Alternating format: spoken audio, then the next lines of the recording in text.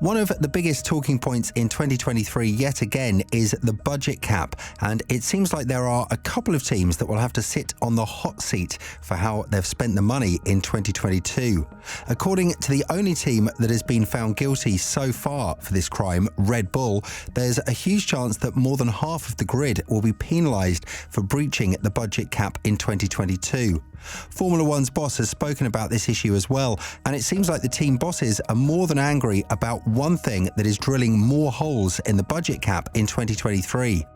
Join us as we go through the never-ending question of the budget cap as to whether or not we're supposed to expect some massive changes in this section in the near future.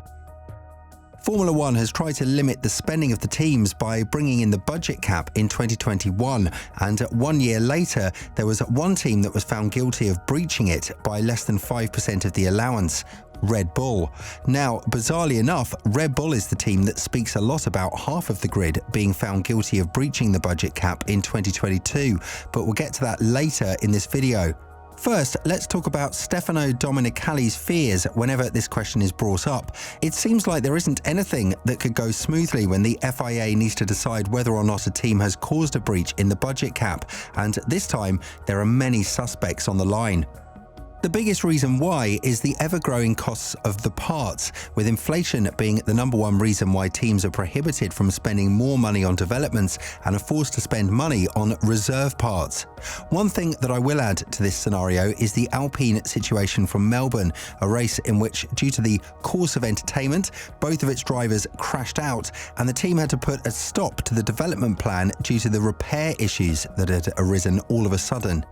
Baku was a race in which we were supposed to see a much faster Alpine, and while they'll certainly bring an upgrade package, the costs that have arisen from the crash have prohibited the team from digging down deeper and finding more performance to challenge Mercedes at the top. This may be one of the reasons why teams will try to circumvent the regular ways and spend more money in other categories, just so they'll be able to extract more money and more performance in one season. Aston Martin has been the primarily accused team of this scenario, and that's why Domenicali is very nervous when it comes to having to deal with this situation in the first place. When talking about it, the F1's CEO said, "I'm more than nervous. I'm pretty sure that everyone understands now what the effect is if there's a breach, and I totally agree that the focus on this will actually be very big. I think that it's a point of attention mainly for the credibility and to check if everyone is respecting that rule, but it has to be done earlier than later. We are discussing, and this is on the FIA's side, to make sure that the control and the certification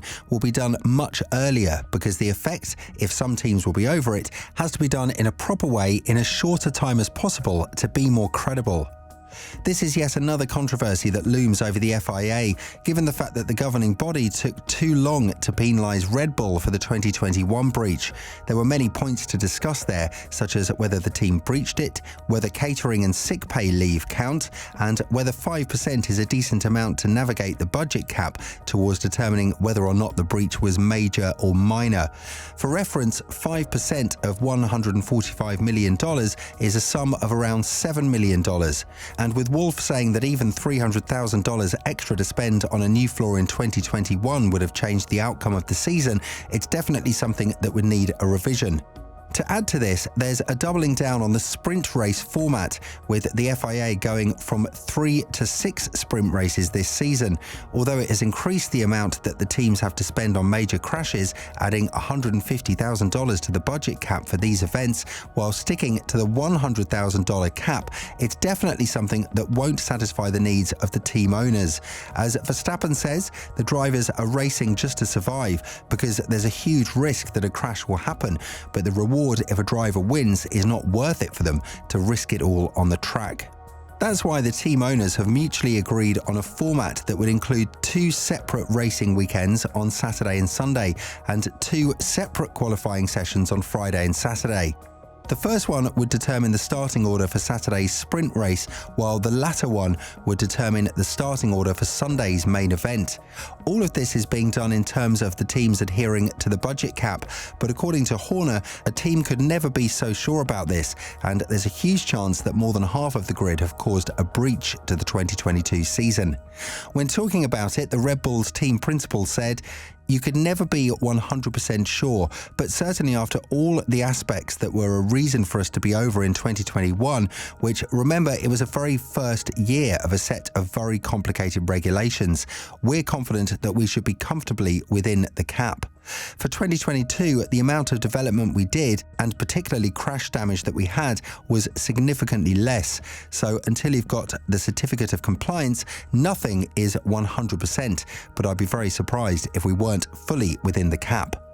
It's quite interesting to hear the team that is so far the only one that has been found guilty of this question comment on how teams should act and what their expectations are about the budget cap breach in 2022. Nonetheless, Helmut Marko feels that there are more than 6 teams that have committed this crime, and this would definitely be something that would put the entire sense of the budget cap out of the window if it truly happens. When talking about it, the Red Bull senior advisor said, "I think the current status is that 6 teams are over it. Inflation is something that was not calculable to that extent, especially when it comes to energy costs. What everybody is thinking is whether the FIA will have enough credibility to punish the ones that would be found guilty of the budget cap breach, as Vasseur was the first one to throw stones towards the governing body in terms of them not doing their job as they should. Red Bull hasn't left anything from the 2022 penalty, and the 10% lessened wind tunnel time hasn't affected them just yet in the season. While Horner feels it's too early to see the results of his team struggling to keep up with the development path of the others, you can't help but see the logic in Vasseur's comments. Imagine breaching the one sacred rule that was supposed to bring fair and square racing, being penalized for it, and then dominating the start of the 2023 season without anyone threatening to win the first 3 races of the calendar. That's something that's putting a lot of mockery on the sport, and it seems like the FIA doesn't seem to be changing anything in this matter as of now. On top of that, there are some background issues that are going to amplify the effects of the narrowed budget cap, which has been lowered by an additional $5 million per season in the past couple of years. Ben Mohammed Saliem has said that the circus could visit as many as 30 venues in the near future and have as many as 12 teams racing on the grid. All of this means one thing: more money to spend on logistics and more opportunities to crash your car, resulting in more money to spend on repairs. Verstappen has voiced his disagreement with where the sport is going right now, not just with the ever-growing calendar, but also with the sprint races becoming more frequent in the sport, and it seems like he's ready to retire early if this continues to be the trend that Formula One follow. While Ted Kravitz has seen these threats as empty ones, Verstappen isn't a guy that you should mess around with and get angry with, as we've seen what he's done to his teammate once he has something set in front of him. With this being said, what do you think about the budget cap controversy? Do you think that this year will be marked by breaches from 6 teams, or is this just some game played by Red Bull? Let us know in the comments below.